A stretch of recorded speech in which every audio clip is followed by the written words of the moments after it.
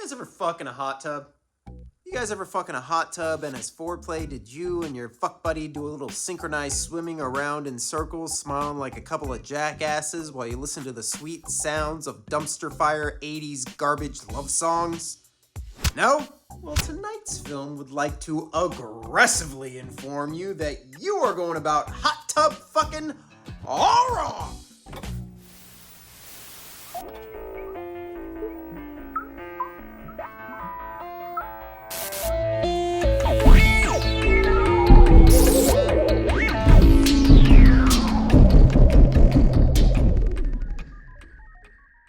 Madman. It is a 1980s slasher that was originally based on the old Cropsey legend, but once the filmmakers got wind of a little flick called The Burning that was being made at the exact same time, the Madman team decided to double back and create their own legend. In the film, a group of camp counselors sit around a fire as their director tells a scary story about a madman who roams the woods looking to murder and mutilate anyone who comes through his territory. And if you had that son of a bitch ends up killing all them jackassy camp counselors on your Johnny Horror bingo card, congratulations! That's a bingo. Now this is about the part where I would do the old blah blah blah, you've seen it all before bit, but considering the fact that the clips I just showed y'all were actually from Friday the 13th Part 2 and less than half of you even noticed, well, there's no sense in beating a dead horse now, is there? Give me the good stuff!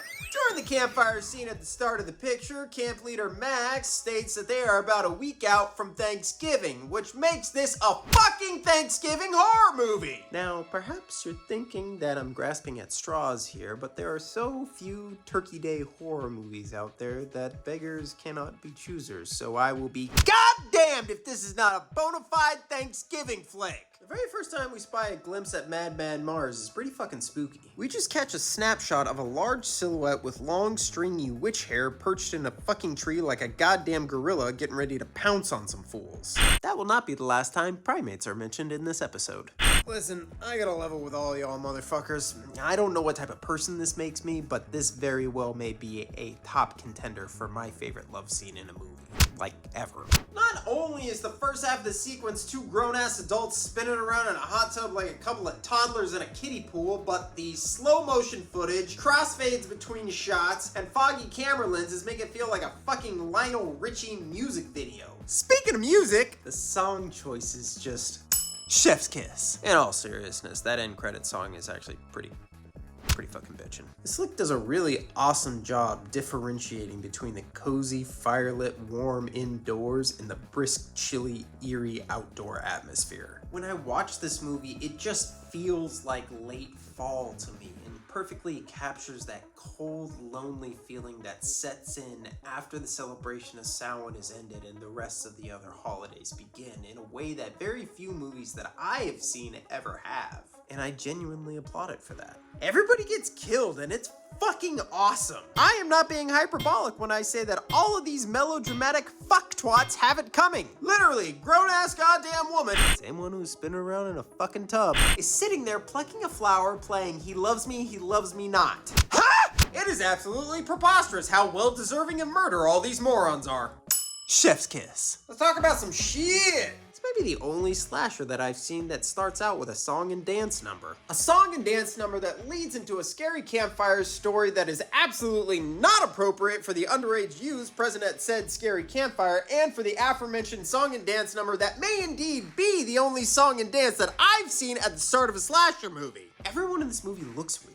Now I realize that is like a general insult to the entire cast and their physical appearances, which most of them have no control over, but seriously, if you look at all the camp counselors, it looks like their mothers either drank too much while they were pregnant, smoked too much while they were pregnant, or did just the right amount of fucking meth. And don't even get me started on fucking Discount Karate Kid over here. Mars always looks pretty fucking scary when we see him. Except, you know, anytime he moves, motherfucker's always shuffling around like he's the goddamn madman of the Planet of the Apes. Told you I was gonna make another monkey reference. Also, all the noises he makes just sounds like a dying cat in heat, which is not ideal. Every time I have watched Madman, the final chase scene has put me to sleep. Morning, noon, and night, which is also not ideal. You're gonna name your kid TP? If you have the initials TP, you don't call yourself or go by the name TP. That's toilet paper. And even if you do call yourself or go by the name TP, you certainly don't brandish that shit on a big ass belt buckle like you're a proud owner of a smart car. Seriously, you might as well put ST on your buckle for shit ticket. How this asshole is not constantly made fun of by all the brats at camp is beyond me.